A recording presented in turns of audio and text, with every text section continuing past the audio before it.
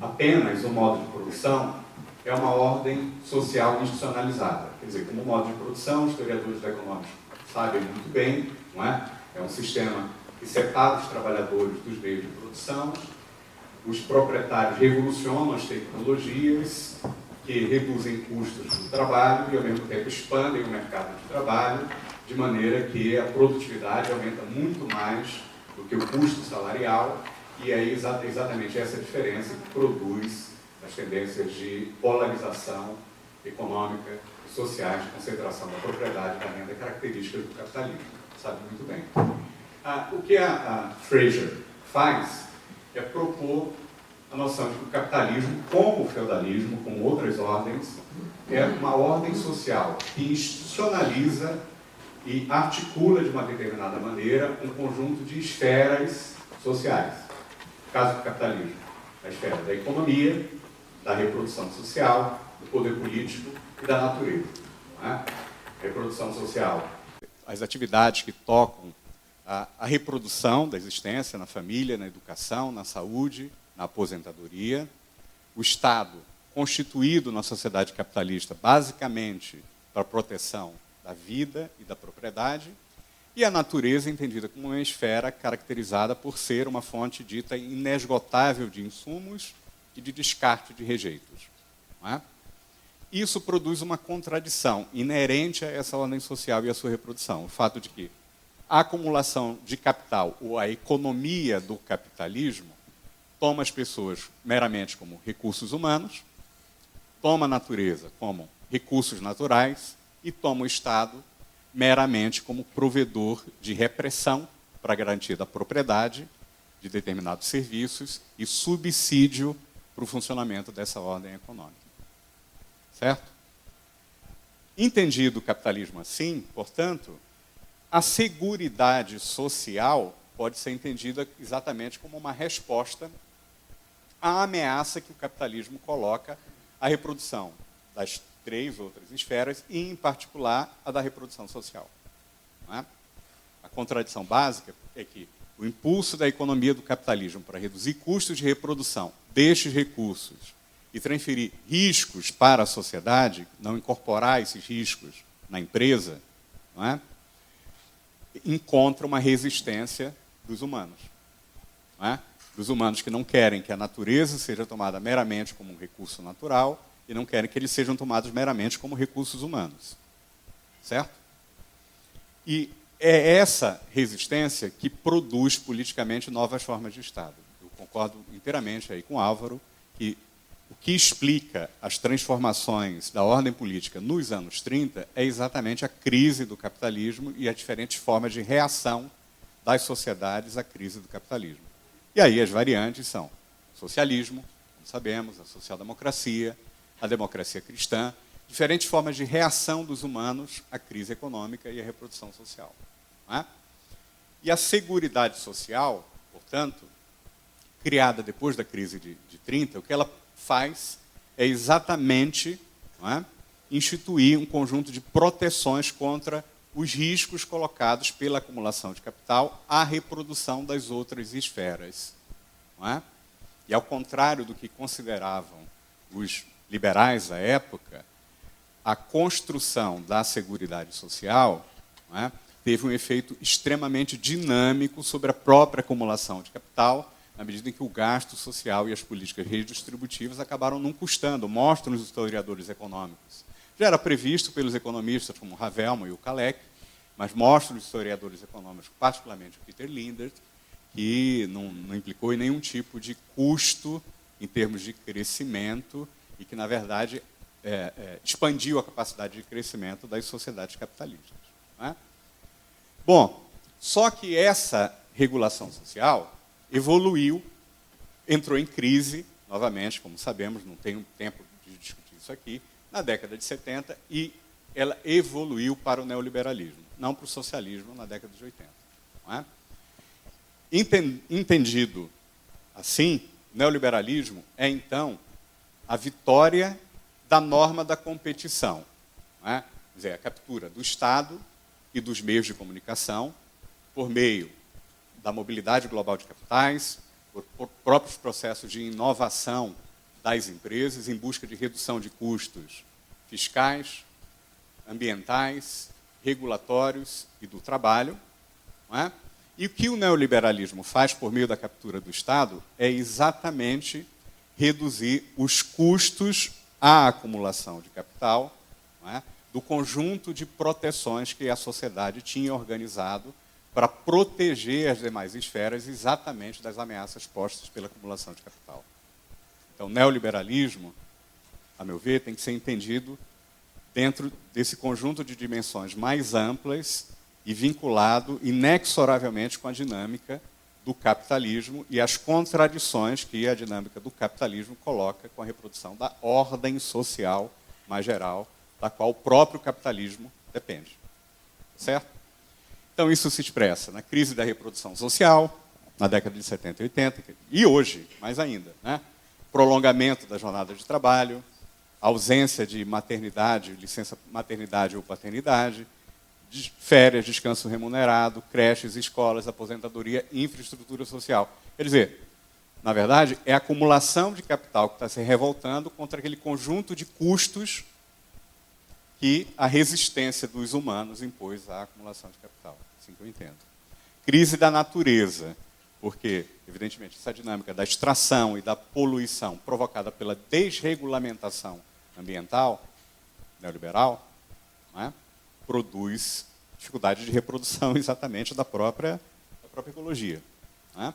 E a crise do Estado, porque, de um lado, os capitalistas não querem pagar impostos, eles querem os serviços que o Estado tem que oferecer, inclusive subsídios para a competitividade, muito mais do que proteção da sociedade, ou proteção social, não é? Mas não querem pagar de maneira nenhuma por esses serviços. E isso produz a crise fiscal dos Estados, que pressiona para reduzir ainda mais, não é, as proteções sociais. Crise dos Estados que também são, digamos, endógenas às crises financeiras provocadas por esse funcionamento desregulado do capitalismo. Não é? Então, a crise do capitalismo hoje, a meu ver, se expressa necessariamente como crise do neoliberalismo. Não é? E a dificuldade da saída da crise é exatamente que o neoliberalismo produz crise do Estado, crise fiscal, não é?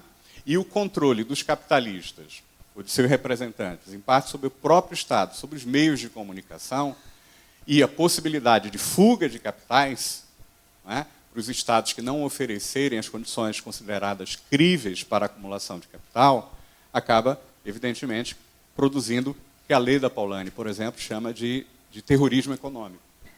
Né?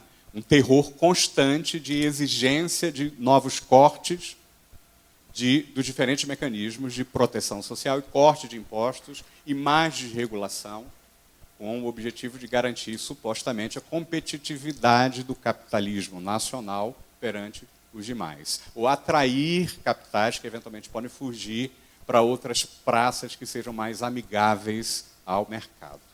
Esse é o discurso neoliberal. Não é?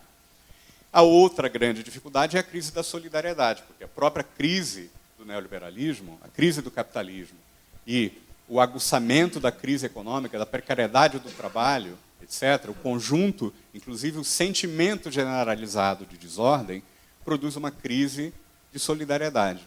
Não é? Uma prática efetiva de busca da sobrevivência, conjugada por um Estado que educa cada vez mais para a competição e para a generalização da concorrência, mais do que para a produção de sujeitos sociais capazes de operar numa esfera de partilhamento de bens coletivos, ou de um espaço público coletivo, ou de um sentimento de pertencimento e de solidariedade social com um conjunto de cidadãos que participam de uma mesma comunidade de destino. Não é para isso que a educação neoliberal forma os seus sujeitos. Não é? Então, tudo isso, evidentemente, dificulta a própria saída da crise produzida pela desregulação da lógica da acumulação de capital pelo conjunto de reformas neoliberais. Então, eu acho que é isso que a gente vê hoje. Podia, eventualmente, discutir possíveis tendências de longo prazo associadas a isso. Não é? O que eu vou tentar trazer aqui é que hoje a resposta neoliberal é diferente, a meu ver, das respostas neoliberais clássicas, ou no período de origem, de emergência do neoliberalismo. Nesse período de emergência, eu acho que a gente pode, na verdade, até a própria Nancy Fraser faz isso, dividir dois tipos de neoliberalismo. O neoliberalismo conservador e o progressista. Né? E a diferença básica não é propriamente o conjunto de políticas econômicas que são implementadas, mas a relação que os blocos de poder têm com a questão da tolerância política e cultural. Quer dizer, se é um liberalismo apenas econômico e que se conjuga com conservadorismo político e cultural, ou se é também liberalismo e tolerância política e cultural. Não é? Basicamente, são essas duas formas. Claro, Thatcher e Reagan são exemplos de neoliberalismo econômico sem liberalismo cultural. Não é? A mobilização da maioria silenciosa, religiosa, nativista, com uma pauta moral conservadora, nos lugares normais, de gênero, raça, etnia e religião. Uma valorização das tradições religiosas e nacionais, e cada vez mais associadas. A ideia de nação vinculada com uma certa herança religiosa, coisa que o Bolsonaro fez claramente no discurso na ONU ontem. Né? E uma pauta muito agressiva de law and order, um agravamento do punitivismo ao desviante e um aprofundamento também do aprisionamento, que no caso dos Estados Unidos, muito claramente com o objetivo de destruir o movimento negro, destruir as comunidades negras, a chamada Southern Strategy, se sabe. Né?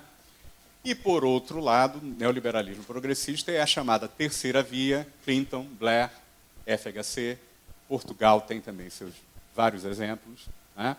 Que é basicamente o neoliberalismo com uma cara humana em relação à extrema pobreza, pelo menos, né? E com uma com maior tolerância cultural. E, de certo modo, quer dizer, mais o neoliberalismo do que propriamente a tolerância cultural, que minam o apoio do operariado branco à social-democracia, que fez referência, né? Aqui o Álvaro. Claro, porque essa, de um certo modo, não é coincidência que sejam operários brancos que votavam no Partido Democrata nos Estados Unidos, que hoje votam no Trump e tem uma pauta nativista, não é? Extremamente agressiva. Porque, ao mesmo tempo que o neoliberalismo avança nesses países pela terceira via, avança conjuntamente uma pauta de afirmação das identidades minoritárias, da ação afirmativa e do questionamento da própria normatividade. Tudo isso, evidentemente, é muito, muito bom. Não é? Na verdade, o que a gente tem que fazer é a articulação disso com uma proposta social pós-neoliberal, é claro, mas você acaba, digamos, produzindo determinadas oportunidades de integração numa ordem cada vez mais hierárquica de determinados grupos que historicamente foram desprivilegiados, sem fazer um questionamento da própria ordem hierárquica, não é? Por meio de uma aliança dos grupos sociais que sofrem com essa ordem hierárquica e aqueles grupos que tradicionalmente foram desprivilegiados historicamente. Claro? Então, é uma maneira também de você dividir os movimentos sociais da nova esquerda, que vem da década de 60, em relação às bases sociais dos partidos social-democratas, que eram culturalmente conservadoras, e onde tinha um salário masculino, não é? Quer dizer, o salário família para o operário branco, que devia dar conta para o conjunto da reprodução social da família. Elizabeth Warren é o principal tema, não é, de lembrança a respeito da vida dela, o fato de que a mãe dela, depois que o pai teve uma doença, foi capaz, nos anos 70, com o salário mínimo, garantir a reprodução de toda a família e, ainda por cima, conseguir um conjunto vasto de bens de consumo, pagar a casa, inclusive com salário mínimo nos Estados Unidos até os anos 70. É claro? É isso, digamos, junto com esse salário família, é essa vida que se perde com a desindustrialização, com a financiarização, com as reformas neoliberais, o novo modo de funcionamento do neoliberalismo, sem o que, do capitalismo, sem o que a gente não consegue entender essas manifestações políticas, nativistas, do nacionalismo. Opa, o que aconteceu? Do nacionalismo populista. Eu acho que a gente tem que diferenciar, hoje, o nacionalismo populista e o neoliberalismo autoritário. Por quê? O Bolsonaro não é nacionalista populista. Ele é neoliberal autoritário. Só que neoliberal autoritário já houve antes. Hoje discutimos o caso argentino, por exemplo, dos anos 70. Pinochet mais ainda. É claro? Então, ao contrário do nacionalismo populista, que é uma reação a essa crise do neoliberalismo, a emergência autoritária no Brasil não protege os trabalhadores, não faz não interpela o operário branco contra a competição global e contra os imigrantes. Não existe isso no Brasil. Não é esse o foco do discurso e do apelo social do Bolsonaro. Na verdade, o que o Bolsonaro faz é uma coisa típica dos conflitos sociais no Brasil, pelo menos desde a década de 30. Ele apela para a classe média dita achatada, contra os populistas corruptos de esquerda. E a sua base de pobres, das chamadas minorias mimadas, os sindicatos privilegiados, os funcionários públicos marajás e os criminosos, que eventualmente se misturam com os demais. Não é? Então ele propõe, na verdade, uma saída neoliberal a crise dessa ordem social. Não é? Vou detalhar um pouco mais depois. E implementa, no fundo, pelo menos na proposta, é o programa neoliberal mais radical desde o Pinochet, a meu ver, se for implementado. Não é? Claro, ele segue na onda da unificação empresarial em torno ao chamado o programa Ponte para o Futuro, que o PMDB apresentou lá no final de 2015. Né? O lema central que justifica que o Brasil é prisioneiro da armadilha social-democrata do baixo crescimento. Então, você tem que acabar com todo o conjunto de proteções do que eles chamam de social-democracia. Quer dizer, acabar, no fundo, com a Constituição de 1988, com alguns legados que vieram desde o getulismo. Claro, basicamente, acho que esse é o programa. Né?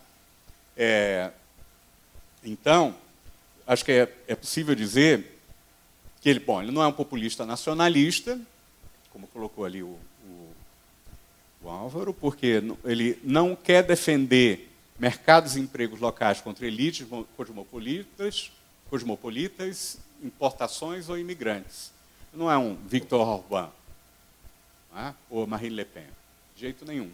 Ele é market-friendly, US-friendly, ele é a favor do livre comércio, da desregulação do trabalho, da austeridade, corte de impostos, privatizações, inclusive o sistema de aposentadoria, como a gente sabe.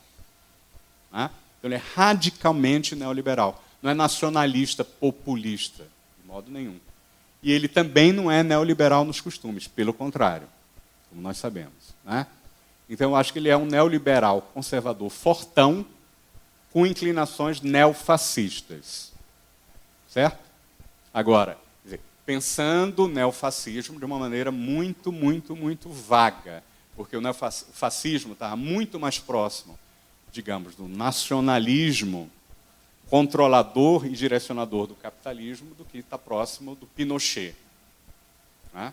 Que é um autoritário também, mas nem por isso é fascista, é neoliberal. É claro? Eu acho que a gente... Então, ele é, digamos, hoje, digamos, o Duterte talvez seja a figura mais próxima do Bolsonaro, embora o Duterte seja muito menos neoliberal que o Bolsonaro. O Duterte é contra o crime, é uma pauta muito conservadora de costumes, mas não quer destruir inteiramente a proteção social. Claro, ao contrário do Bolsonaro. Então, o programa do Bolsonaro é neoliberal. Né? Cede autonomia nacional sobre a política econômica, isso por meio de instituições e tratados internacionais, OCDE, Tratado Bilateral com os Estados Unidos.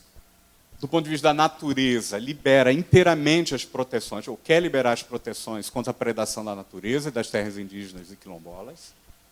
expande a esfera de mercantilização dos direitos econômicos e sociais para todas as esferas da vida, se possível, transfere todos os riscos de volta para os indivíduos e suas famílias, não é? Reduz a dimensão distributiva do orçamento público em todas as esferas, inclusive na aposentadoria, não é?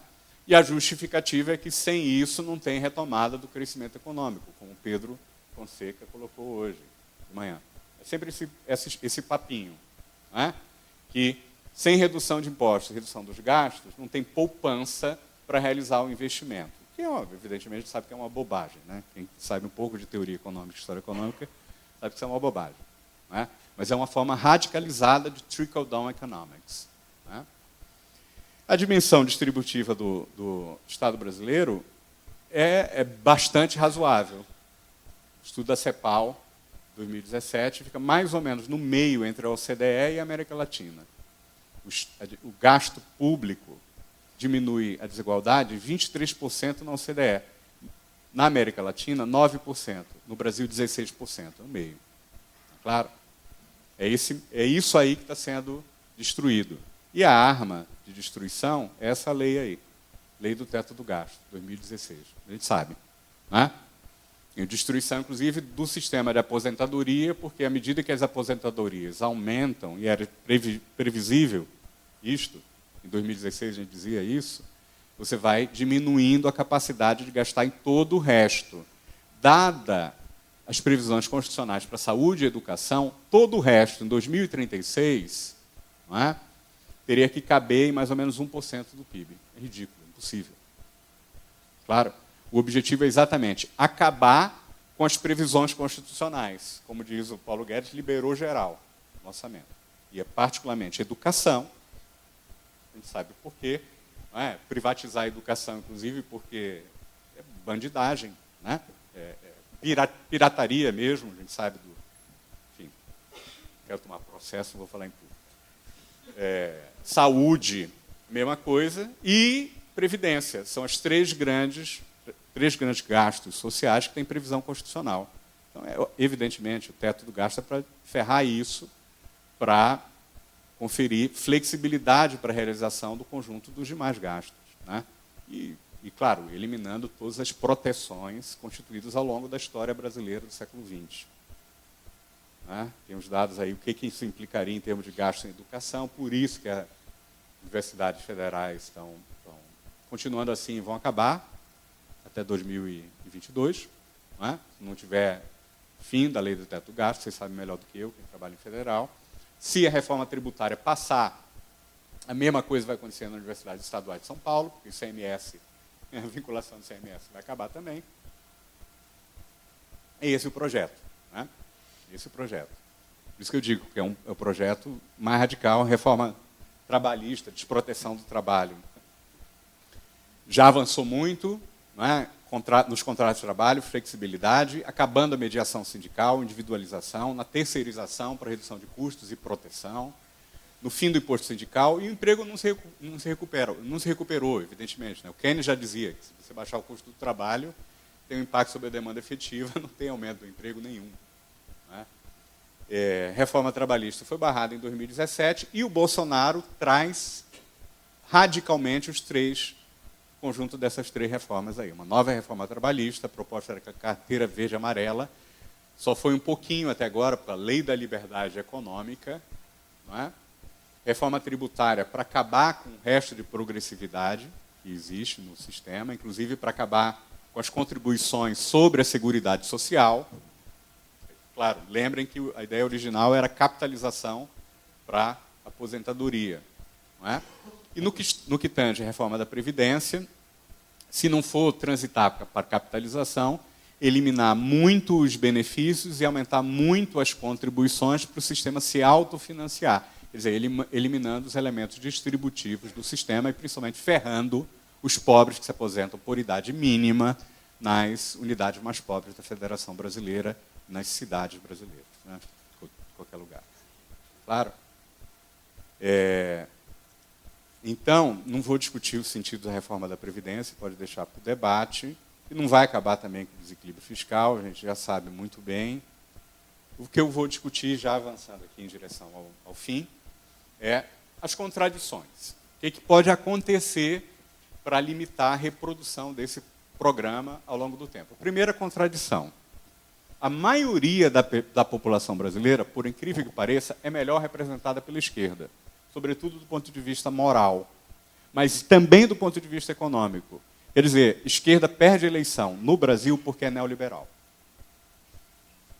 Claro, exatamente como ele colocou. É a mesma coisa que acontece na Europa, nos Estados Unidos, é isso, basicamente. Né?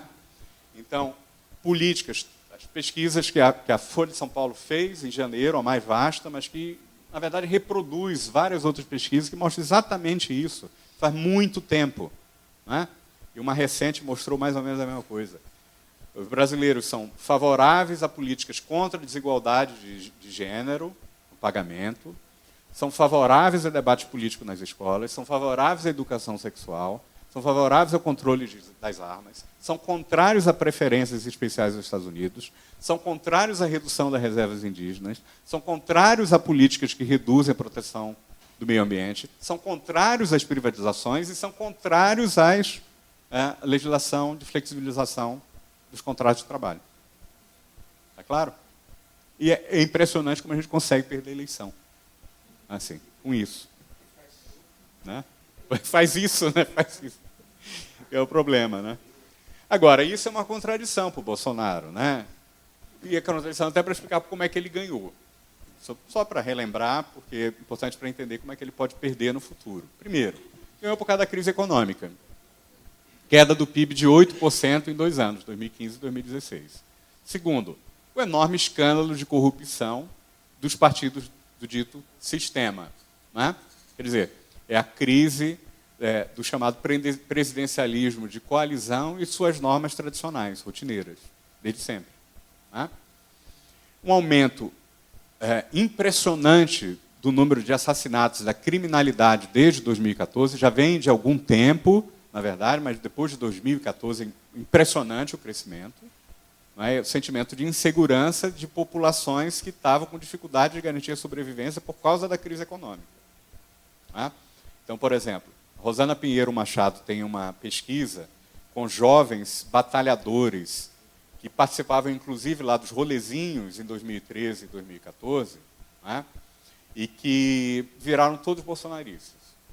Eles, praticamente, achando que iam conseguir ascender para a classe média, ninguém ascendeu, nada, e o relógio e o celular que eles conseguiram batalhando, agora no Uber, ou no Rappi, etc., perderam para a criminalidade. É claro? Então, eles na verdade, tem um ódio em relação às promessas que lhe foram feitas e à realidade que eles enfrentaram a partir de 2015. E correm para o Bolsonaro. Porque parece, na verdade, que numa situação de queda significativa da confiança no sistema político, da satisfação com a democracia, satisfação com os partidos políticos tradicionais, ele parece a única solução. Né? E ele herda muito claramente os votos anti-PT que iam para o PSDB, vou mostrar. Né? E construiu uma base muito leal desses eleitores jovens e muito de meia-idade, machões, ameaçado no papel de provedores. Quer dizer, a questão econômica está evidentemente articulada com as questões de ordem cultural no Brasil, a gente sabe muito bem. Não é? E teve um apoio sem precedentes do conjunto das igrejas evangélicas. Agora, é importante, o controle da narrativa sobre os motivos da crise foi essencial. Portanto, o controle dos meios de comunicação tradicionais, porque a gente não encontra espaço para debater uma outra narrativa, e o controle, evidentemente, do WhatsApp. Né? A mais importante razão declarada para o voto no Bolsonaro, de acordo com aquele instituto Voz Popular, uma coisa assim, Mercado Popular, Data Popular, isso, desejo de mudança, 30%, raiva do PT, 25%, medo com a segurança pública, 17%. É claro? Aí já passou, já tem mais do que 50%. Mas o motivo da crise econômica, peraí, eu vou voltar aqui já. Data Popular, 67% dos entrevistados declararam que a principal causa da crise era a corrupção. Mais ou menos bate com aquele número, ali, a soma daqueles outros. Né? Não é a austeridade, não é o neoliberalismo, muito menos capitalismo. O sujeito nem sabe o que é capitalismo. Já ouviu falar mais ou menos de neoliberalismo, austeridade um pouco mais. Está claro? Mas, quer dizer, a esquerda deixou inteiramente a narrativa para a direita. Né? Voltando aqui um pouquinho. Do ponto de vista econômico, é claro que há uma enorme contradição na forma de crescimento nos governos petistas. Né?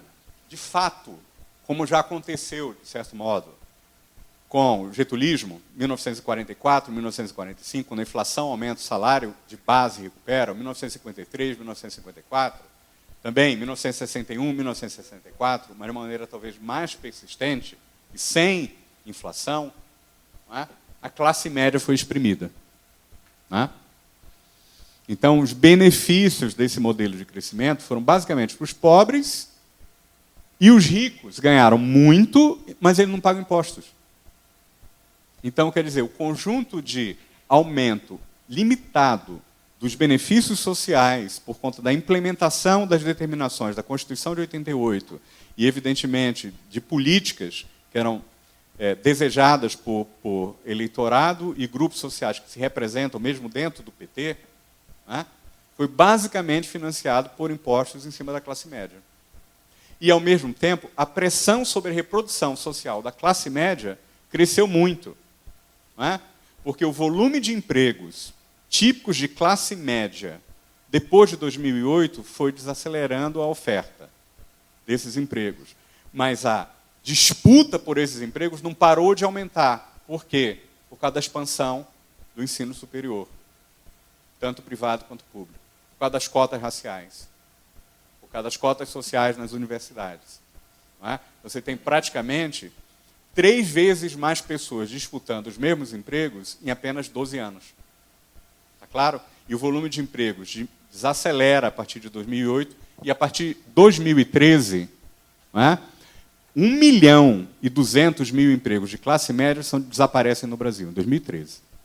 Não é? E mais ou menos ali, 1/4 disso é em estado de São Paulo. Tá certo? Então, esse é o aprofundamento desse processo aí. Para a maioria dos indivíduos, dos 50% mais pobres, o crescimento da renda no período é superior a 30%. Tá? E vai em torno de 35% naquele conjunto que não é dos mais pobres, mas que é muito pobre. E aí vai caindo. Quando chega no percentil 70, bate na média, que é 18% de crescimento da renda per capita em 2002 e 2014. Entre o percentil 85 e 95, ali tem as faixas de renda, está em dólar, mas depois dá para a gente ver o padrão eleitoral. Não tem crescimento nenhum da renda. Tá? Da renda real. Tem um crescimento enorme para o top 1%, ali no meio, para baixo, está a classe média exprimida. É o texto do Emer Gadding e do Mike Morgan. E está retratado, e basicamente quase esse mesmo gráfico, no novo livro do Piketty, lançado 2 semanas atrás, que analisa muito bem a crise brasileira, inclusive. Né? Top 1% e top 0,01% é um milagre. Milagre completo, principalmente para o 0,01%. Pasmem, eles pagam muito menos impostos, do ponto de vista proporcional, do que o crescimento dos pobres, do que os pobres que cresceram a renda. Eles pagam imposto indireto. Claro, não pagam imposto de renda. Está isento, mas paga muito imposto indireto. Tá certo? Mas quem paga imposto mesmo para bancar os benefícios sociais, 2,5% do PIB, né, proporcionalmente falando, em 12 anos, é aqui, essa classe média aqui, que não gosta de pagar pela escola do outro. Não gosta de estar pagando também, evidentemente, a gente sabe, muitos não gostam de pagar, não é, salário mínimo para a empregada doméstica e social junto, FGTS, Previdência, conjunto de direitos, sabe? Não é tradição do último país ocidental a abolir a escravidão. Né? Então, satisfação com a democracia em 2018. O Brasil é o pior da América Latina, com só 9% da população satisfeita. Comparado com os nossos irmãos uruguaios, 47%. Impressionante, né? 9% aqui no Brasil, a média da América Latina é 24%. É o latinobarômetro. Tá? Sai um pouquinho ali, aquela seta, na verdade, estava embaixo na hora que deu um problema na formatação. E aqui o padrão de votação 2014 e 2018.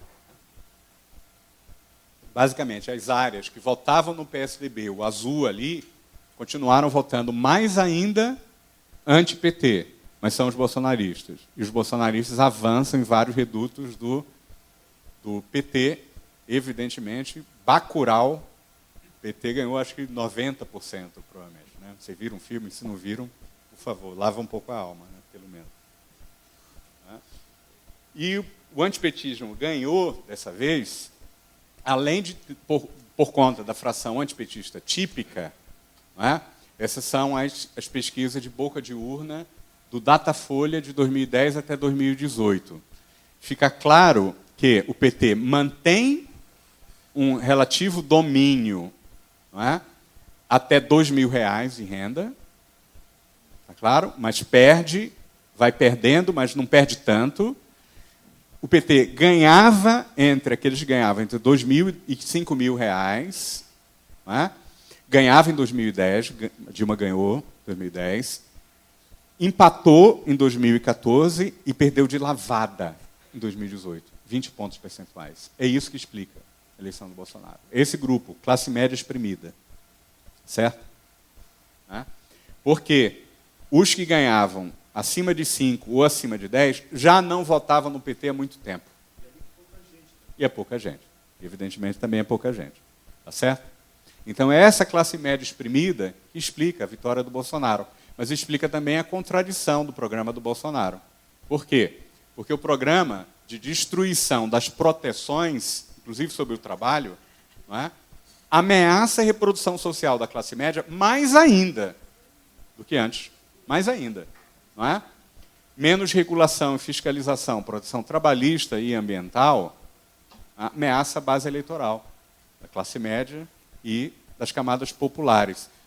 Hoje, saiu uma nova pesquisa do IBOP, né, mostrando exatamente o aprofundamento dessa perda de popularidade do Bolsonaro nesses estratos sociais. Exatamente. Né? Essa é a contradição fundamental. Porque essa base, eu não acho que ela se mantém por conta da agenda moral ou do antipetismo. Tá? Ela já está migrando por conta de todas as baboseiras do Bolsonaro, inclusive porque a agenda moral não é favorável ao Bolsonaro. Não é essa, segundo as pesquisas de opinião, a opinião majoritária da população brasileira. Tá certo? É minoritária. A agenda antiambiental, segunda contradição, a agenda antiambiental para madeireiros, pecuaristas, mineradores, pequeno e médio capital, que vota no Bolsonaro ferrenhamente, induz a retaliação internacional que ameaça o agribusiness. Então, uma contradição importante ali, porque um dos principais grupos que sustentam no bloco empresarial o Bolsonaro está em polvorosa, com enorme medo de ser cortado do mercado mundial, não necessariamente por retaliação do Macron, mas dos consumidores. Não é? Dos consumidores. E o discurso ontem não ajudou na ONU, certamente. Né? O embate ideológico piorou. O embate ideológico contra o Mercosul e a China também ameaça os exportadores. Ele já se controlou em relação à China. Já disciplinaram o Bolsonaro. Eles já mostraram, não pode brigar com a China de jeito nenhum, senão a gente ferrou. Né? Mas o Mercosul, não sei, porque pode ser que, muito provavelmente, o Macri vai perder a eleição. Né? Então, sei lá, dadas as declarações, o nível de declarações, só falta ir à guerra com a Argentina e a Venezuela. Né? E, evidentemente, ser contrário aos objetivos da classe dominante brasileira. Né? Corrupção, também outro elemento fundamental da contradição, porque a família do Bolsonaro não é só parte corrupta do sistema político, mas é também parte corrupta do sistema miliciano do Rio de Janeiro. Né? O Carlos Gabriel sabe muito bem disso. Não é isso, Carlos? Né? Mas você sabe. E esse esforço de proteção anticriminal, de impunidade da família Bolsonaro, produz imediatamente uma contradição com a base eleitoral. Só é de ver o que está acontecendo aí com essa CPI da Lava Jato, da Lava Toga, da Lava Toga, e o conjunto de contradições do Bolsonaro com a Polícia Federal. O sujeito quer tirar o chefe da fiscalização da Polícia Federal no porto de Itaguaí, o presidente. Como pode? Porto de Itaguaí, onde passa, segundo a polícia, 85% do volume de contrabando do Brasil. E é onde está exatamente a base da milícia que o apoia, né? Hoje Itaguaí. Né? Como é o nome? É Rio das Pedras. Né? Rio das Pedras. Coisa de onde o Brasil foi parar. Né? E todas as burocracias, que é tirar o chefe da Polícia Federal, brigar com os auditores fiscais, não quer que esteja fiscalização. As juntas comerciais não podem, não é, noticiar mais quando elas encontram um indício de corrupção na abertura de uma empresa. Coisa, né, não é nem neoliberalismo, assim, é lei da selva, na verdade, né, no limite. COAF, etc. Então, um conjunto de contradições com a própria base que o sustentou, do discurso anticorrupção, lei e ordem, né? E a base econômica e a base social. Então, quer dizer, um conjunto de contradições estruturais para a reprodução. E os brasileiros parecem que já estão bem desiludidos. Né? Eu conheço mesmo assim, uns bolsominhos arrependidos. Né? Conheço alguns. Existe. Né? Ele teve o pior índice de aprovação dos presidentes em primeiro mandato na história no 100º dia, 33%. E, como previsto, com grande queda entre os eleitores que ganham entre R$2.000 e R$5.000. 18% nos 100 dias, mas já passou de 20% hoje. Né? E nas periferias urbanas, menos 20%, mas já está quase em 25% hoje, de perda de popularidade. Hoje, a pesquisa do Ibope de hoje, 31% ótimo e bom, já tem 34% ruim e péssimo. Né? A confiança nele é de 42%, a desconfiança é de 55%. Tá certo? Do ponto de vista político, para a gente é muito bom, mas para eles é muito preocupante isso. Né? Só que a gente tem que temperar esse possível otimismo, eu acho. Porque, claro que isso depende sempre não só desses dados, mas como isso se reflete na agência política dos representantes políticos constituídos. Né? Primeiro, por quê? Porque a agenda neoliberal é menos limitada por essa perda de popularidade do que o possível fascismo, do que o autoritarismo político. Eu acho que isso está bloqueado, pelo menos a curto prazo. Né? E o autoritarismo moral também. Né? Agora, o problema, por que a agenda legislativa neoliberal não está? Porque a eleição é só em 2022, vai demorar muito. Vai ter muito tempo para as pessoas esquecerem o que os deputados fizeram. Os senadores estão correndo para isso. Vai ter 3 anos até a próxima eleição, quem sabe a economia recupera. Claro. E o Congresso, basicamente, tem uma maioria formada pelo neoliberalismo. Né? Não importa se o governo falsificou as contas da Previdência ou não. Tem a maioria formada, a gente tem pelo menos que dizer que estão levando na mão roubada, né? Que o discurso não corresponde à realidade. Né? E não é garantido, segundo o problema, não é garantido, a meu ver, pelo que eu vejo, que, mesmo que a esquerda queira fazer isso, que ela consiga oferecer uma alternativa crível do ponto de vista da narrativa e da penetração social, há alternativas no próprio campo neoliberal, que podem continuar sendo apresentadas como novidades diante de um sistema que continua sendo culpado pela crise, apesar do Bolsonaro, porque o Bolsonaro não foi capaz de atacar o sistema. Mas outros que não são do sistema, como o PT, como o PSB, ou então alguém novo, inclusive no PSB, podem ser capazes de atacar esse sistema. Esse discurso vai continuar sendo, não é, talvez sendo majoritário na narrativa, não sei. Vai depender da luta política. E essas alternativas, como Dória, Luciano Huck e Moro, não é, podem ser críveis. A depender, evidentemente, do modo como o Moro romper com Bolsonaro. Ele pode cair junto com Bolsonaro, eu acho que não. Ele vai tentar romper, sair por cima, não é? Apesar do Intercept. E, finalmente, eu acho que a nossa chance, as esquerdas ganham se elas fizerem uma disputa em torno ao neoliberalismo e apresentando uma alternativa clara ao neoliberalismo. Não sei, eu acho que num discurso anticapitalista no Brasil, eu não sei se há ainda, do ponto de vista da opinião pública, né, espaço para ganhar uma eleição com esse tipo de discurso, como Bernie Sanders e, talvez, de certo modo, Elizabeth Warren né? Principalmente a Elizabeth Warren, está pintando como uma grande... ser próxima presidente dos Estados Unidos. Vai mudar o mundo. Né? Partido dos Estados Unidos. Mas no Brasil, não vejo, mas pelo menos antineoliberal. Porque se conseguirem associar essas alternativas do neoliberalismo ao próprio programa radicalmente neoliberal do Bolsonaro, as esquerdas têm chance. Quer dizer, as esquerdas têm chance se elas forem esquerdas. Tá? Muito obrigado.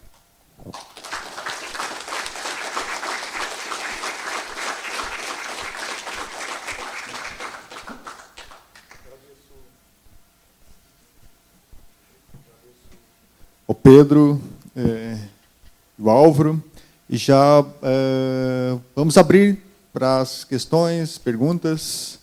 Né?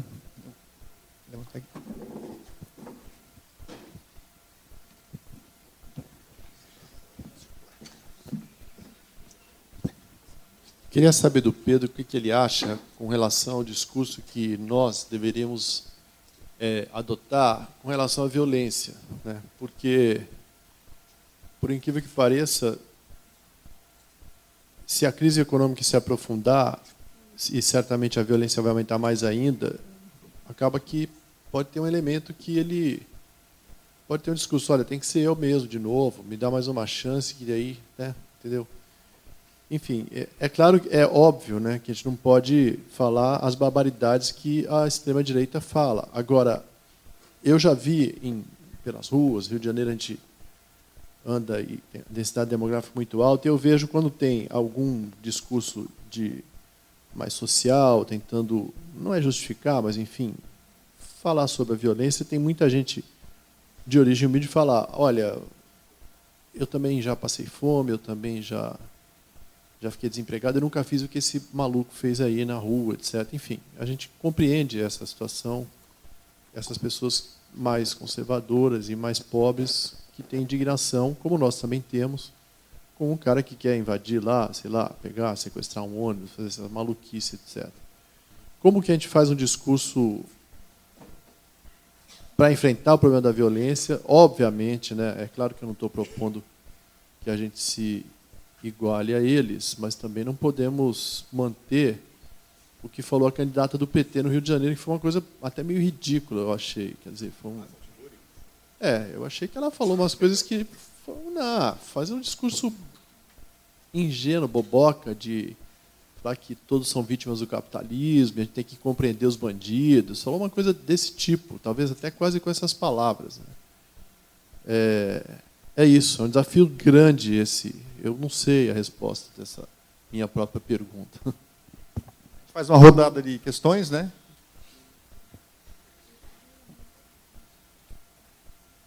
Álvaro e Pedro, muito obrigado pela exposição, foi realmente extremamente interessante. Tá?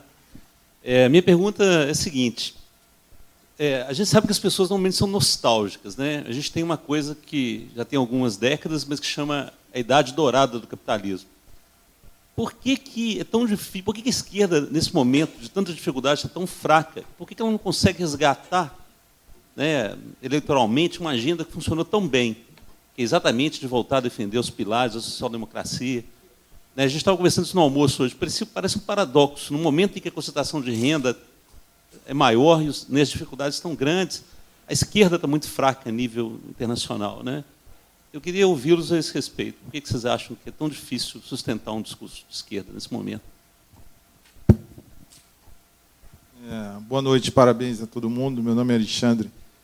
Pedro, quando você fala, eu sou morador do Rio também, conheço bem essa coisa das milícias e tal. Sou de Jacarepaguá, inclusive, onde dizem que as milícias começaram. Pois é. Tem uns amigos meus argentinos que acham que eu sou o que manda lá e tal, mas enfim. Mas eu queria falar sobre a sua apresentação, que foi bem legal, detalhista e tal, mas aquele gráfico da famosa repressão à classe média, digamos assim, é uma coisa que eu sei que aconteceu, mas eu não sei, aí é uma pergunta que eu faço a você, se você vai incorporar um dia na sua análise, porque, tudo bem, a classe média teve isso, a gente pode, mas a questão dos pobres é o que mais me preocupa, porque a gente tudo bem, ali eles ganharam um pouco mais, mas a gente perdeu ali. Entendeu? Que é a coisa mais, tipo assim, paradoxal, fala, pô, como aquela famosa coisa, pô, pobre de direita e tal, não sei o quê. Porque eu conheço só para fazer um relato rapidinho, como ele falou, um amigo meu lá, que é trabalhador, pintou lá a casa lá. E eu vejo eles assim, teve um relato no WhatsApp de uns caras, eu moro agora em Miguel Pereira, já não moro mais no Rio de Janeiro, mas que estariam assaltando ali a cidade, não sei se é verdade ou não, e ele chega, conversando com outro cara, eles têm essa coisa da violência mesmo, porque ele está pintando lá em casa, no sol, ralando para ganhar o dinheiro dele e tal, e vem um cara que, na verdade, estaria trapaceando ele, o cara não está roubando a classe média, porque ele está trabalhando. E o cara que está lá está roubando, ele fala, pô, porque eu podia estar roubando também. O cara é meu vizinho, mesma classe social, talvez. Eu podia estar lá, mas eu estou trabalhando e o cara está roubando. Então, por isso que a coisa da violência é maior. Então, acho que essa preocupação nossa com a classe média não é que não tenha que ter. Mas eu acho que a nossa entrada, né, maior, de novo, que é a coisa perdida na questão dos pobres, por mais que eles tenham ganho mais renda e tal, como você mostra aí, é o mais difícil, que eu acho que é aqui onde a gente perdeu mesmo, quando nosso amigo ele falou, da Márcia Tiburi, falando aquelas coisas no Rio de Janeiro. Entendeu? Então, é uma coisa que eu queria ver para você. A questão dos pobres não pode ser deixada de lado nessa questão da estratégia. Né?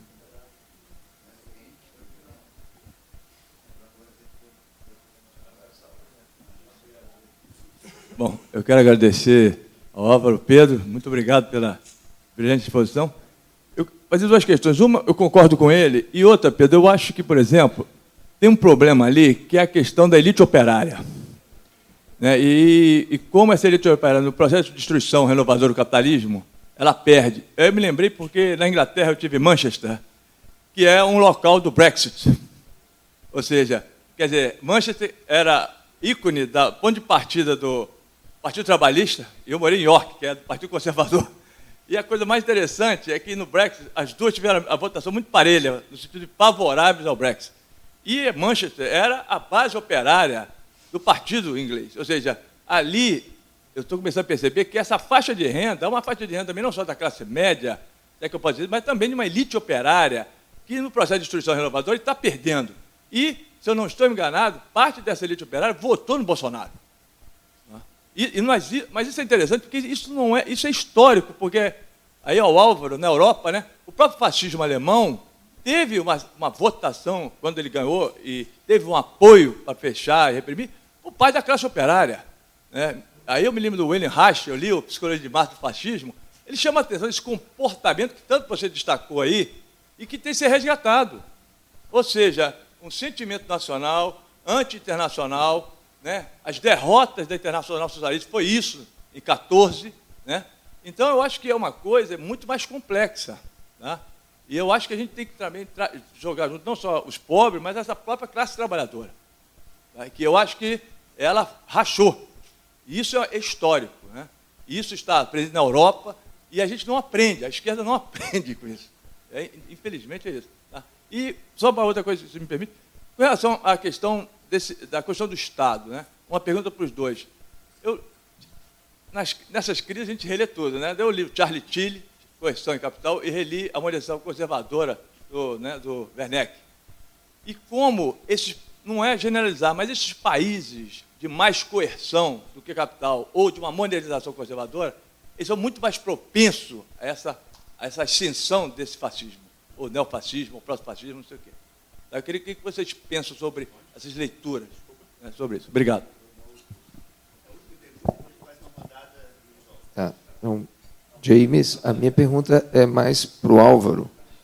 Pedro já vai ter que responder muita coisa. Então, Álvaro, recentemente, na edição de agosto agora da Piauí, saiu um texto do Ivan Krastev e Stephen Holmes chamado A Hora dos Descontentes. E, assim, só rapidinho para você poder entender minha pergunta. O argumento deles é basicamente assim, que o leste europeu, pós-Muro de Berlim, ele mirou o ocidente europeu como seu ideal de sociedade e tentou imitar o ocidente europeu. E os governos que se constituíram tinham como bandeira, nós vamos ser bons países quando nós conseguíamos imitar o Ocidente europeu. E o Ocidente europeu entrou na globalização, no discurso de diversidade, né, em todos esses processos. E aí, no leste europeu, segundo a tese deles, aconteceram duas coisas. Primeiro, que eles não conseguiram imitar o Ocidente europeu por vários motivos. Segundo, que eles começaram a perceber que o Ocidente europeu não era lá tudo que eles queriam. E que isso gerou um refluxo no leste europeu que, de tentar imitar o Ocidente, você gerou o discurso de negação do Ocidente. E eles colocam hoje que, se alguns anos atrás a identidade europeia era vista como França, Inglaterra, Alemanha, que hoje a Hungria e a Polônia dizem que eles são a verdadeira Europa e que eles são a essência do que é ser europeu, e que isso é, obviamente, a ultradireita racista, xenófoba. Então, como é que você vê isso? Você acha que isso faz sentido dentro do que você está entendendo lá na UE?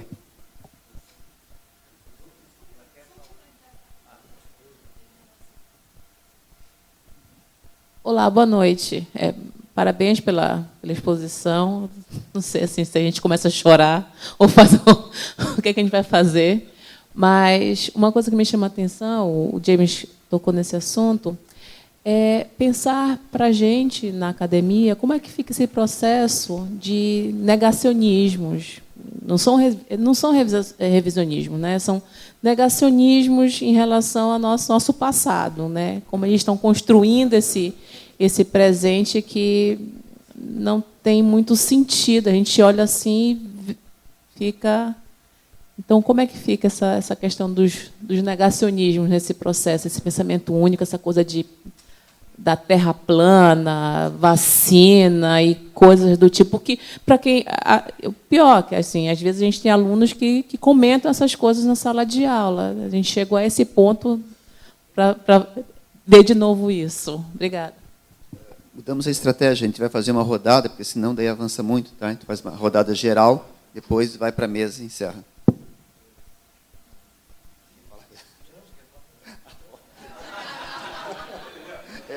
Quem?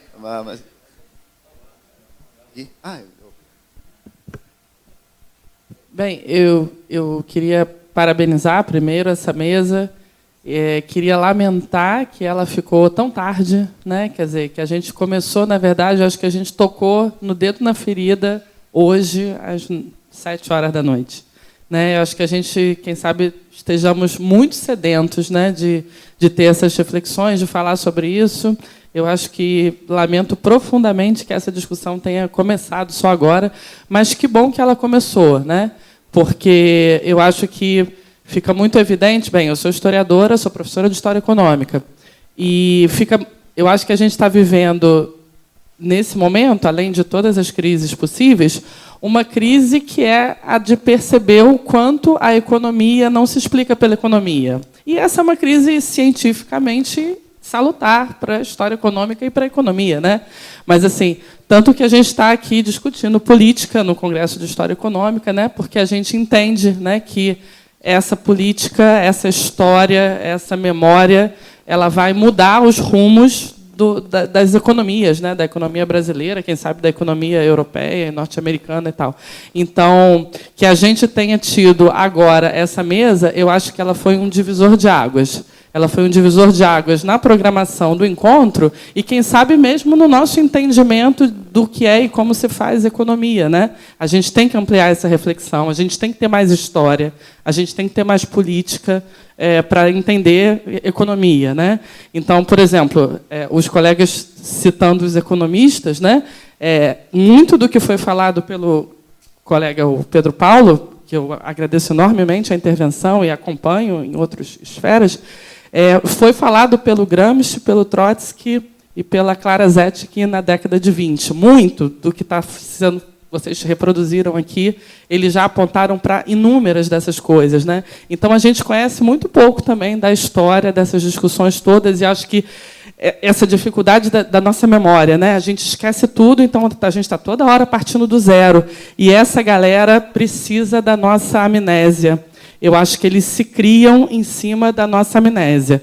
Da amnésia da história, da amnésia da memória, da amnésia da democracia, da amnésia da conquista dos direitos sociais no Brasil. Eu acho que, nesse ponto, tem uma grande diferença da Europa e do Brasil, né, em termos de política de memória. Eu estava em Paris na semana passada e acabou de ser inaugurado um museu da invasão, da ocupação alemã em Paris. Um museu só para isso, gratuito ainda por cima. Está muito evidente em Paris esse movimento de dizer vamos lembrar do que foi o fascismo, a gente não quer que ele se repita, olha como ele matou e tal.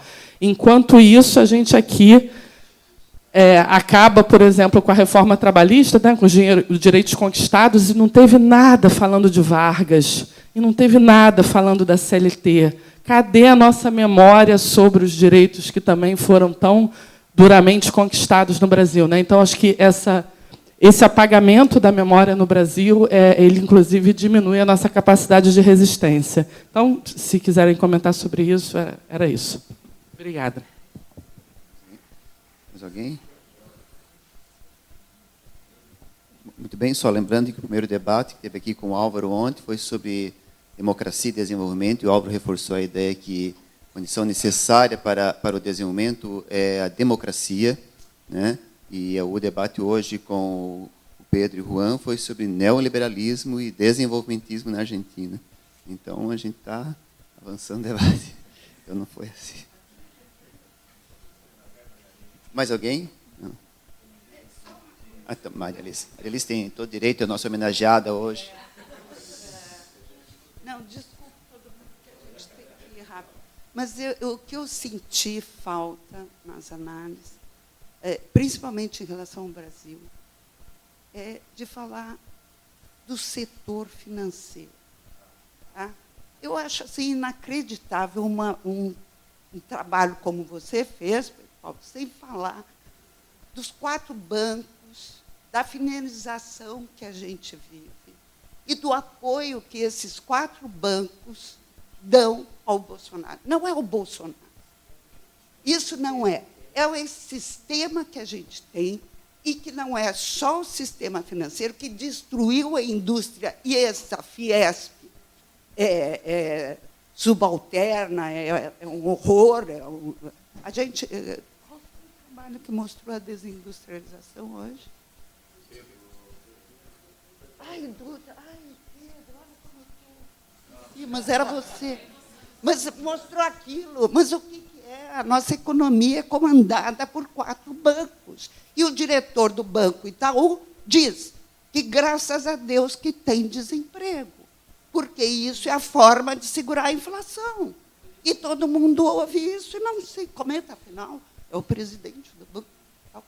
Bom, tem isso. A outra coisa, os meios de comunicação. Bolsonaro não ganhou por esse neoliberalismo, nacionalismo populista, que isso? Não existe. Esse neoliberalismo, ele não ganhou por causa disso. Ele ganhou por um sistema de informação que está monopolizado em algumas famílias, como vocês sabem, não preciso, né? Bom, não preciso citar. E eu acho que o Marcos Coimbra, o Vox Populi, deveria ser mencionado. As informações que ele traz da pesquisa, ele é o cara que mais acompanha pesquisas eleitorais há muitos anos, e ele diz a fake news, o Bannon, Steve Bannon, que ele fez, eu acho, o discurso do Bolsonaro lá na ONU, ele deve ter redigido para agradar. Bom, esse fake news atingiu as mulheres pentecostais, não é evangélico, hein? Evangélico tem muitos evangélicos e aí tem que fazer uma separação importante. Mas as mulheres pentecostais, com a piroca de não sei o quê, com o homossexualismo, enfim, várias. Aquela passeata do ele não reverteu contra. Hã? O WhatsApp foi... Bom, isso aí tem que ser dito. Tá? Fake news, o WhatsApp que mudou a estratégia em relação ao Uber, não mudou aqui no Brasil. Então, isso aí tem que ser dito. E outra coisa, da Márcia, tu me desculpe, mas o Rio de Janeiro vai votar no Witzel, que está matando a população. Aí tu me desculpe, mas essa coisa é coisa de Globo. Falar da Márcia com esse motivo. De não. Não. Matar criança, como esse homem está fazendo no Rio de Janeiro, é uma coisa, eu fico. Como é que a gente pode dizer? Eu acho que a esquerda tem um problema crucial. Tá? É achar que qualquer política que vise, que é o quê? Desculpe, mas fugindo um pouco, mas a esquerda, essa crítica que faz ao populismo de Vargas, ao populismo do PT, a elite adora quando a esquerda diz que é populismo. Por quê? Porque, para a elite, isso é populismo. Agora, a política, para a elite, não é populismo, óbvio. Então, é essa coisa toda. Então, 3 elementos que eu acho que faltam. Essa questão do setor financeiro no Brasil, que está destruindo tudo, né? A questão dos meios de comunicação, que não foi comentado, nós temos o que a Rede Globo estava convocando as passeatas, prova Bolsonaro, quer dizer, uma coisa, e mais fake news, Bannon, aqui, a interferência norte-americana nas eleições, eu acho que foi fundamental também. Então, adelante, mesa.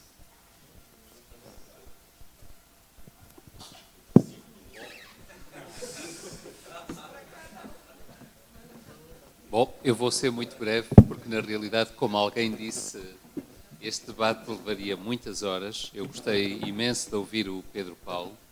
Percebo agora muito melhor determinadas coisas do fenómeno Bolsonaro. Vou convidá-lo para partilhar este debate na minha faculdade, para a comunidade brasileira e para a comunidade toda, porque é fundamental, nós sabemos pouco. Há coisas que não percebemos.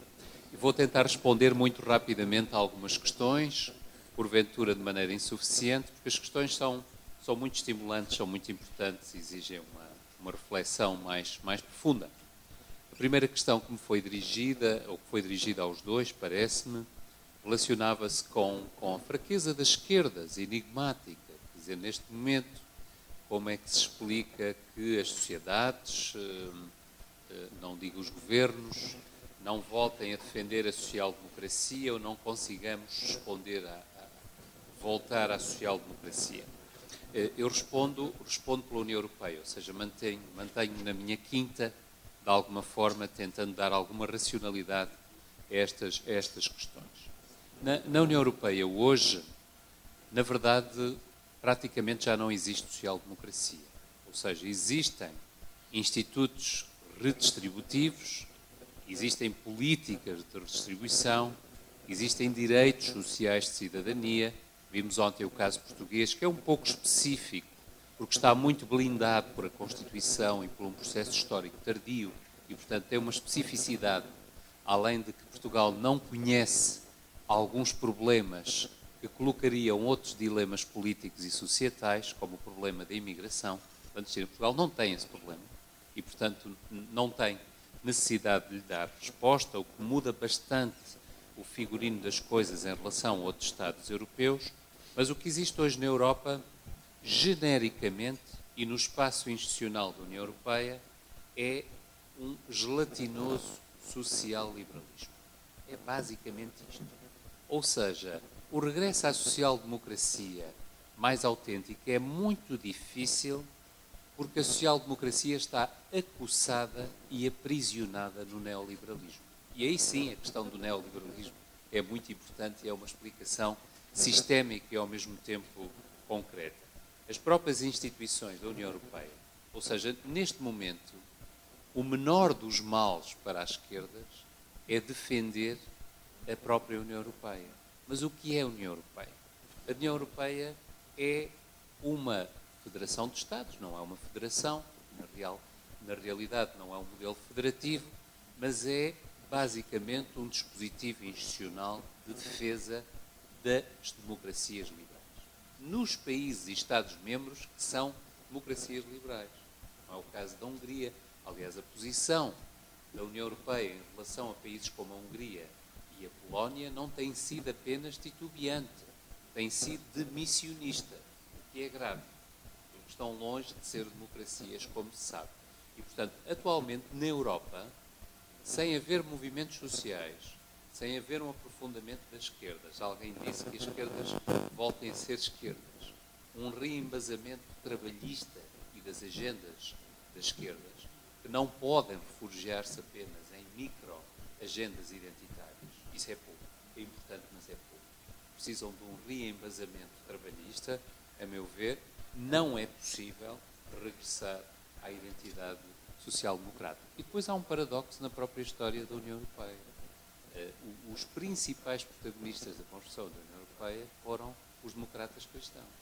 Ou seja, foi o centro-direita. Foi o centro-direita. Nem sequer foi o centro-esquerda. Não é? E, portanto, há este paradoxo. Mas hoje as esquerdas, mais e menos radicais, precisam, antes de mais, para evitar o perigo de uma deriva autoritária na Europa, de salvar a União Europeia, de se agarrar a ela e tentar reformá-la por dentro.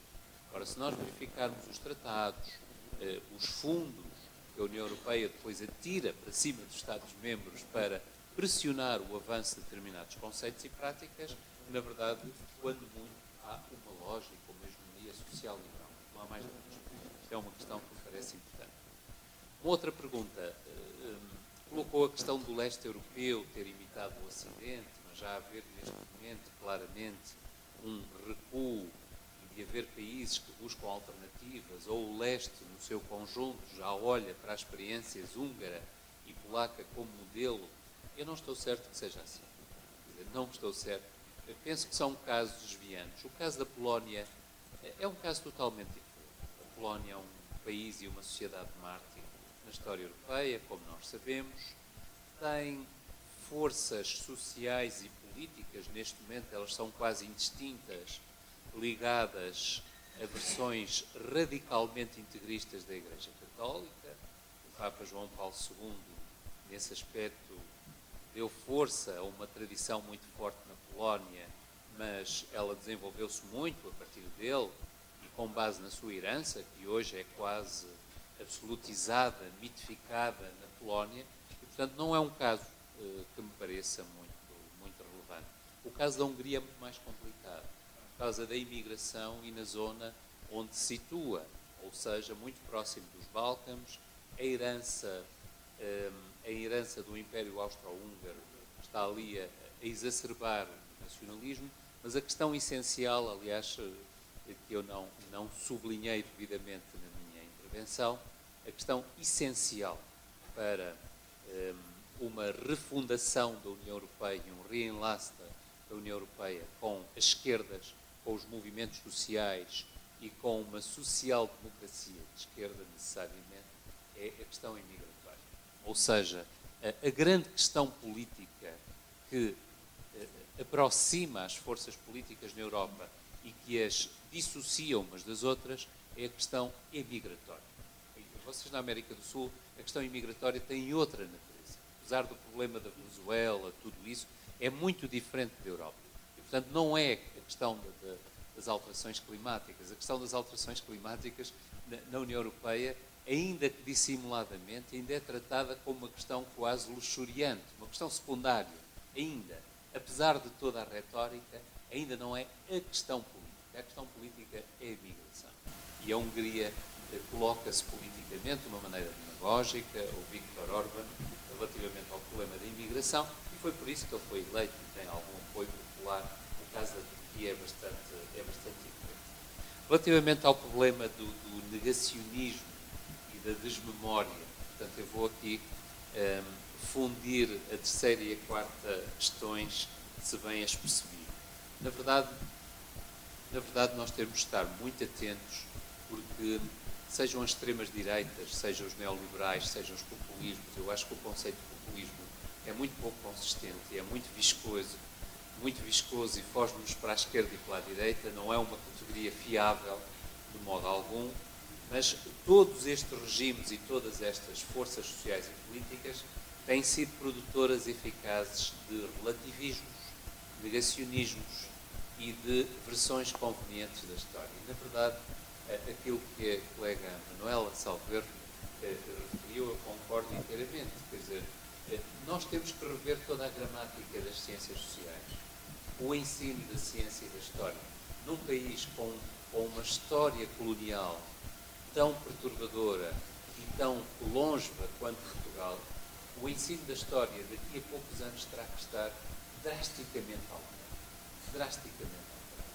E, na verdade, há um enorme desafio, uma responsabilidade ética nas universidades, esta iniciativa de discutir política e discutir estas questões corajosamente, desassombradamente, num encontro de uma associação de história económica, é extraordinário.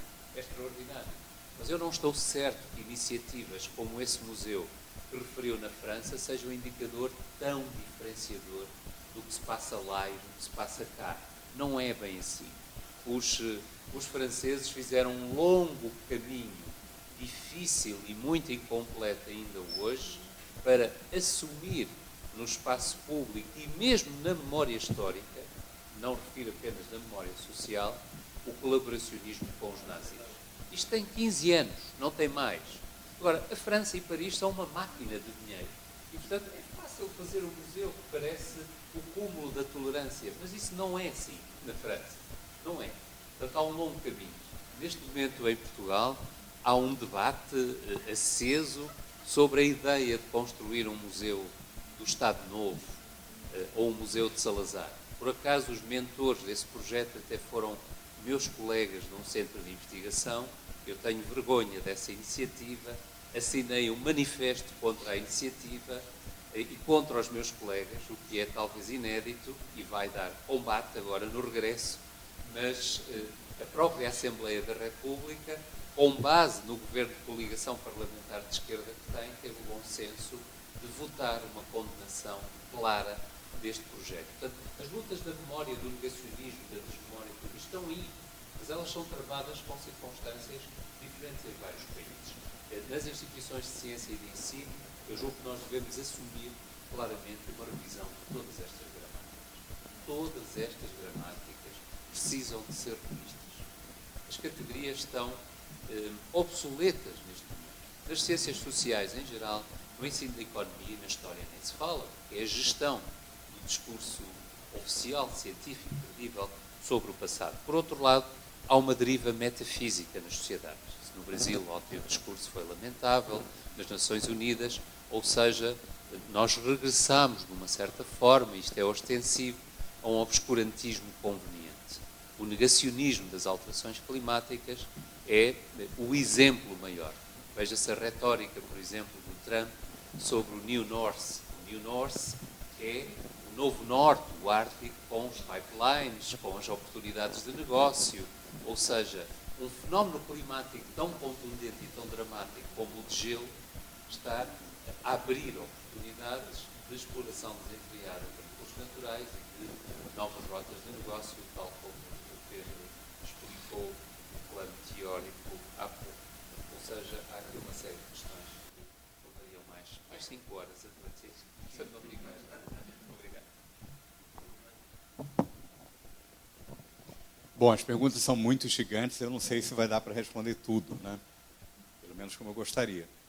Eu queria começar, acho que com Alexandre, primeiro Alexandre, por que a esquerda e a social-democracia não avançam? Né? Eu acho que, basicamente, porque a social-democracia tradicional, os partidos tradicionais da social-democracia, inclusive no Brasil, eles basicamente se comprometeram com a agenda neoliberal, não é? E com a financiarização do capitalismo. Não é? Então, muito claramente, as condições de regulação do capitalismo e a forma de desenvolvimento do capitalismo, a própria natureza do capitalismo, que permitiu o fenômeno social-democrata e que fazia com que as políticas social-democratas, inclusive, dinamizassem aquele tipo de capitalismo, essas condições não existem mais. Essas condições se alteraram ali no final da década de 70, né, por conta daquele movimento da fuga de capitais, da da articulação de um sistema de integração internacional de capitais, que eu fiz referência, não é? E isso é o principal elemento que eliminou os graus de autonomia para a gestão de políticas econômicas social-democratas, né? Fiz referência ao fato de que o principal elemento de disciplinamento da política econômica é exatamente essa possibilidade, não apenas de perda da credibilidade perante os mercados financeiros, não é?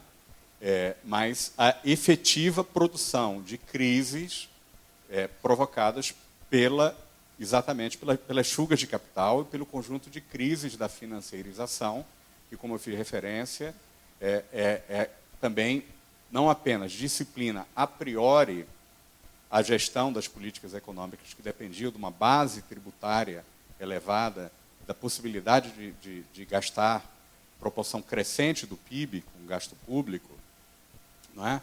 Mas que essas mesmas crises são produzidas endogenamente pelas crises provocadas pela financiarização, né? Numa das lâminas, inclusive, referência ao enorme custo do salvamento dos bancos e do mercado financeiro, por conta da forma específica por meio das quais as crises capitalistas se expressam hoje em dia, e isso acaba reforçando os conjuntos de pressões disciplinares que passam pelo mercado financeiro, passa pelo controle da narrativa, passa pelo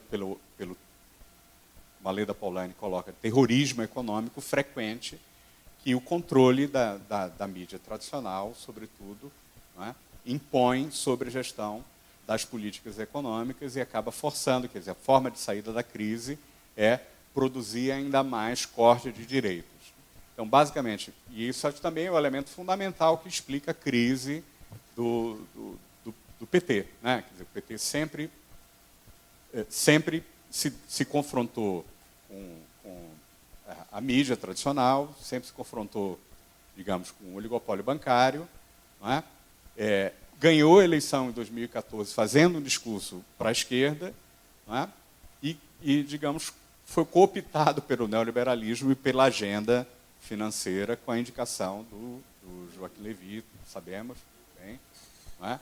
Em 2015, o que provocou imediatamente, antes do próprio início do governo, uma perda de popularidade tremenda, porque o Partido Social Democrata, como em várias ocasiões na Europa, também realizou uma política, não é, que é neoliberal, que era tipicamente associada ao PSDB. Né? A Dilma chegou a falar lá que, na campanha eleitoral, o PSDB só quer corte, corte, corte, eu não vou fazer corte nem que a vaca tussa. Não é? Então, é claro que isso fragiliza muito no momento de executar política econômica. Né? Então, basicamente, eu acho que a transformação do capitalismo, no momento em que a social-democracia já era domesticada, não era mais a social-democracia que regulou o capitalismo na saída do período da guerra, não é? A social-democracia buscou sempre, digamos, oferecer um pouquinho para essa pressão que no capitalismo contemporâneo se expressa, sobretudo sob pressão dos financistas, para tentar restaurar a credibilidade, para tentar ver se assim consegue levar adiante o crescimento. E aí, nos episódios de Terceira Via, que eu fiz referência, é exatamente essa composição com o neoliberalismo e com a financiarização, né, que acaba produzindo a crise de longo prazo das estratégias social-democratas. Né? Então, o problema básico de uma estratégia social-democrata num país periférico como o Brasil é que o conjunto de lutas necessárias para regular esse tipo de capitalismo, não é, parecem apontar para além daquelas lutas que são típicas da agenda social-democrata. Né? Quer dizer, caminham para uma agenda de rupturas um pouco mais radicalizadas. Né? Em parte, por isso que eu coloco, basicamente, as minhas fichas no destino político do mundo, né, ainda naquilo que acontece nos Estados Unidos. Né? se o Bernie Sanders, que parece que não vai ganhar, mas, sobretudo, se a Elizabeth Warren ganhar, a gente pode estar começando uma nova fase histórica, não é? Mundial. Assim como, digamos, começou lá com Pinochet, com a Margaret Thatcher, Ronald Reagan, 79 e 80, uma nova fase. A vitória da Elizabeth Warren, do ano que vem, pode significar o início de uma outra... Ou não, mas pode significar isso. É o centro. O que acontecer no centro vai ser condicionar, né, as possibilidades da gente executar uma agenda neoliberal no Brasil. Né? Acho que esse é o elemento fundamental. Concordo inteiramente aí com a Maria Alice que, sem dúvida nenhuma, o bloco fundamental do bloco de poder no Brasil são os financistas. Agora, eu acho que eles estavam mais, até o final, muito mais ainda com o PSDB e com o Alckmin do que propriamente com o Bolsonaro, minha impressão, pelo menos. E a mesma coisa a mídia tradicional. Eu acho que a mídia tradicional estava mais também com o PSDB do que com o Bolsonaro. Também pode ser a minha impressão.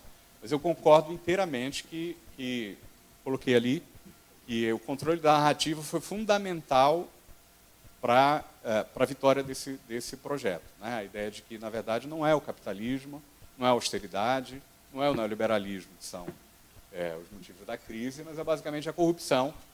E a questão moral é importante, mas eu acho que o fundamental mesmo, segundo as pesquisas, é essa visão a respeito da corrupção. Que é claro que, nessa narrativa, ela é integrada com a discussão da ordem moral. Né? A corrupção tem a ver também com uma quebra de uma norma esperada de dignidade, de ética, que diferentes tipos de moralidade, particularmente a moralidade religiosa, inibiria. Não é?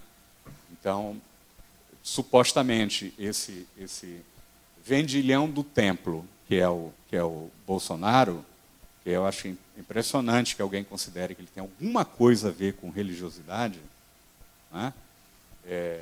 Soube capturar muito bem esse tipo de junção, e o fato dele ter tido o apoio de todas as igrejas evangélicas, pentecostais e outras, acho que foi muito relevante para a eleição dele, porque, basicamente, ele ganhou entre os evangélicos em 10 pontos percentuais em relação ao Haddad, que é basicamente, claro que não é isso que explica, mas é basicamente igual a diferença entre os dois no segundo turno também.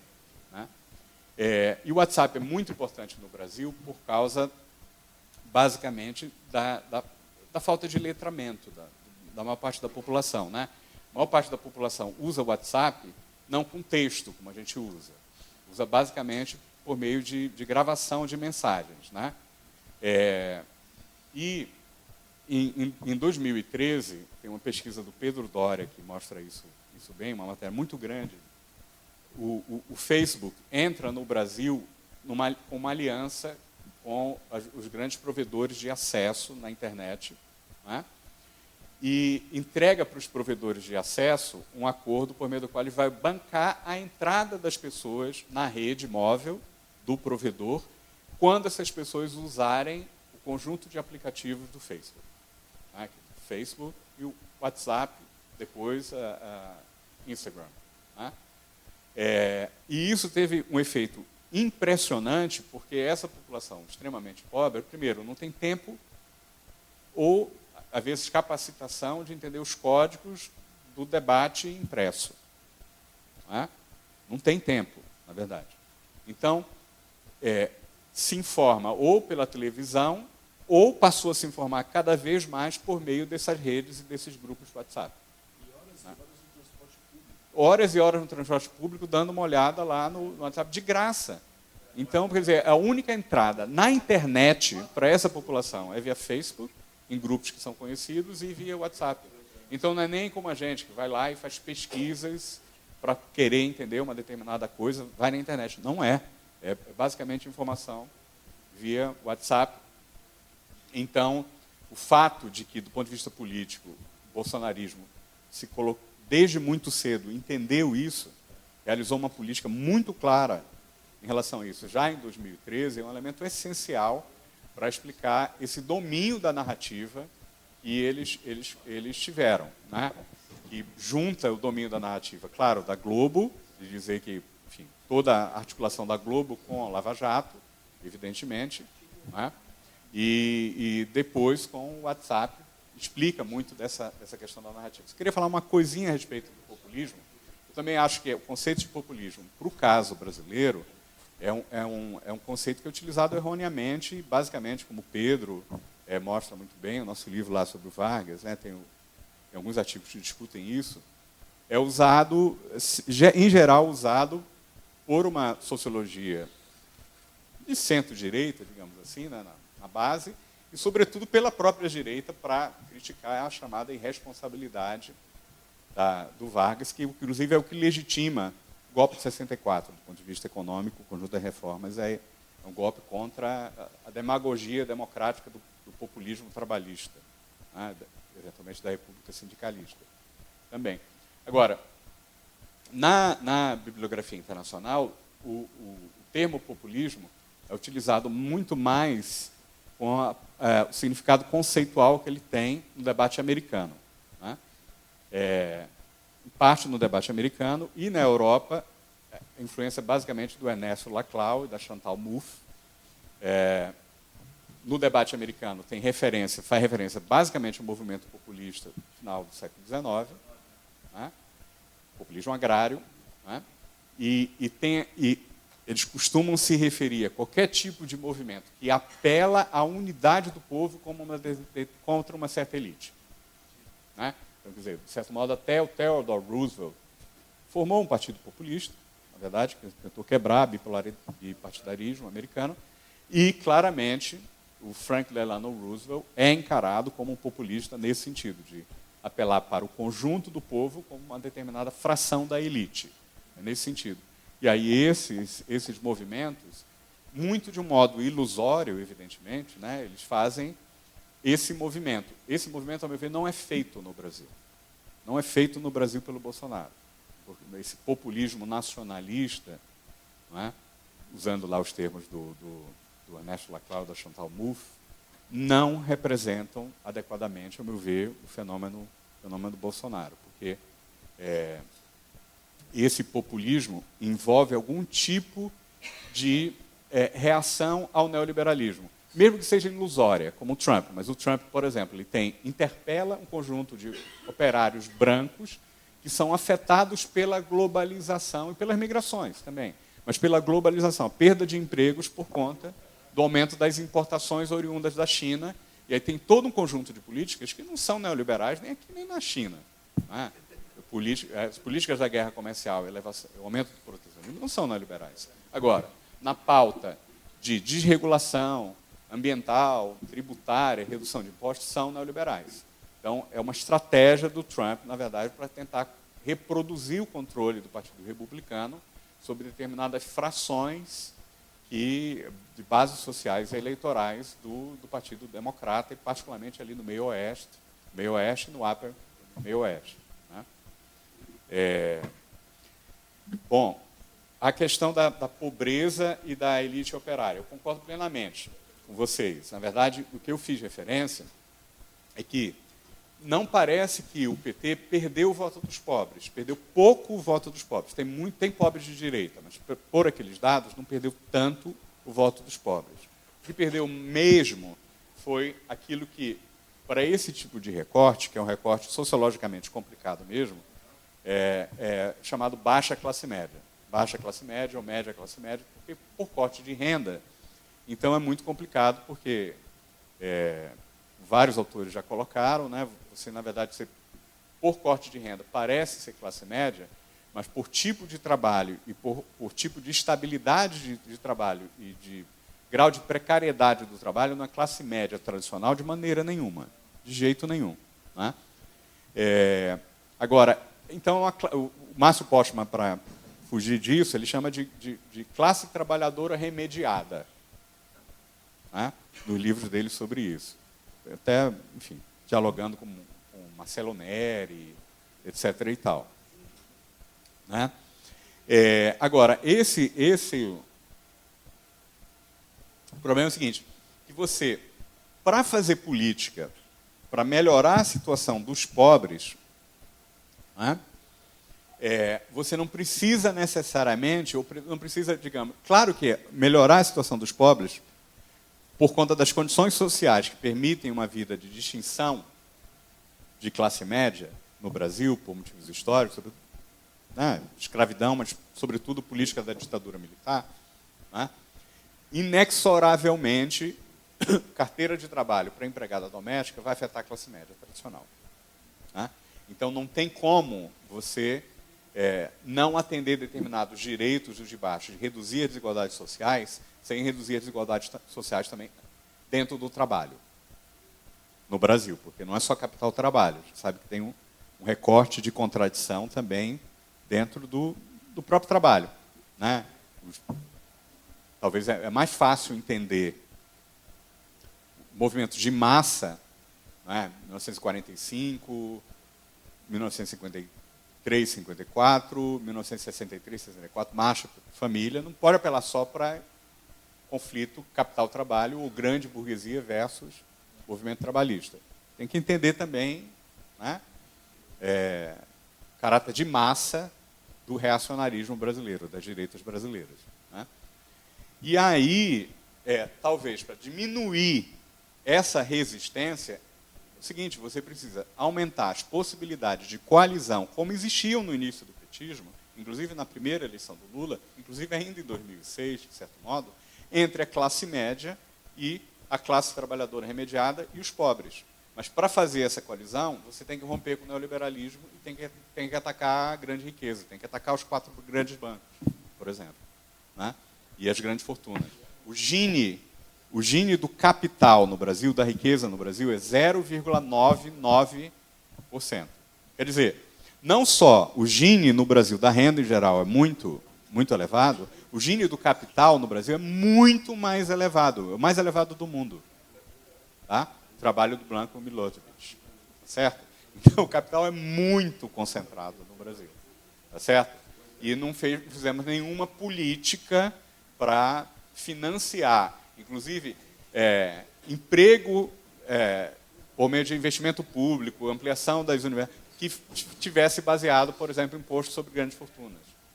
2%, como diz lá, 2 cents, como é o grito que é feito nos comícios da Elizabeth Warren. Imagina, pessoal, grito num comício ser uma taxa de alíquota de imposto. Mas é possível, ela está mostrando que é possível. Não é? Mas então o quê? Hã?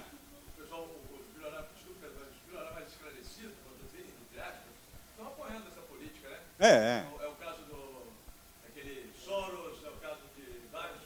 alguns estão. Então, eu acho que é por aí. A questão da elite, da aristocracia operária é absolutamente fundamental, porque o PT perdeu no ABCD paulista. Né? Isso que é impressionante. E, quer dizer, não se explica essa derrota sem a desindustrialização, né? E sem o impacto impressionante da crise de 2008, porque, na verdade, foram criados 2 milhões de empregos industriais entre 2004 e 2008. A indústria foi o setor que mais criou emprego no Brasil, no primeiro governo Lula. Né? E até 2014, metade desses empregos foram perdidos, depois de 2014, o resto. Tá certo?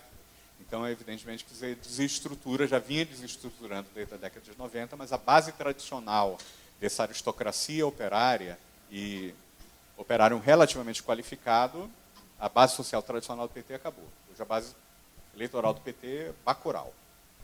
Não é isso? Não sabe. Bom, eu concordo inteiramente com a Manuela. Eu entendo pouco do assunto. Né? Eu acho que é um tema importantíssimo, negacionismo e irracionalismo. E eu tenho a impressão que tem a ver, é uma reação, como em outras circunstâncias históricas, a conjunturas de avanço dos movimentos sociais e da percepção de ameaça a determinados lugares tradicionais, não apenas do ponto de vista econômico, mas aí, digamos, é que a interseccionalidade se expressa mais. Né? Porque, em geral, diferentes formas de concepção não racionalistas de entendimento da realidade legitimam hierarquias tradicionais de gênero, de raça, de orientação sexual, né?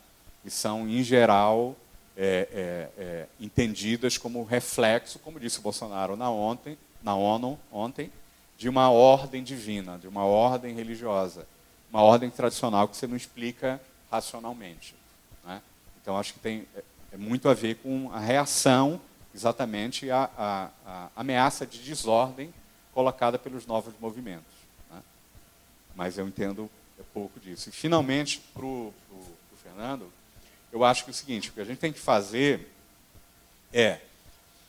você não pode, de maneira nenhuma, ter uma política que pareça tolerante com a criminalidade.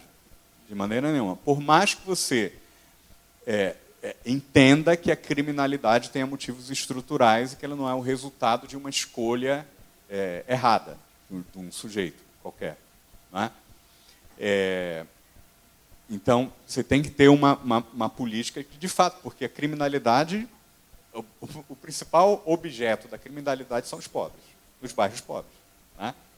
Então, você tem que... E o grande problema, quer dizer, que a infraestrutura social e econômica e repressiva não chega nos bairros pobres como chega nos bairros ricos, não é? Quer dizer, a repressão e a ordem social, ela é terceirizada ou para o crime organizado, então, no Rio de Janeiro, tráfico de drogas, ou para as milícias, uma outra forma de crime organizado, tá certo?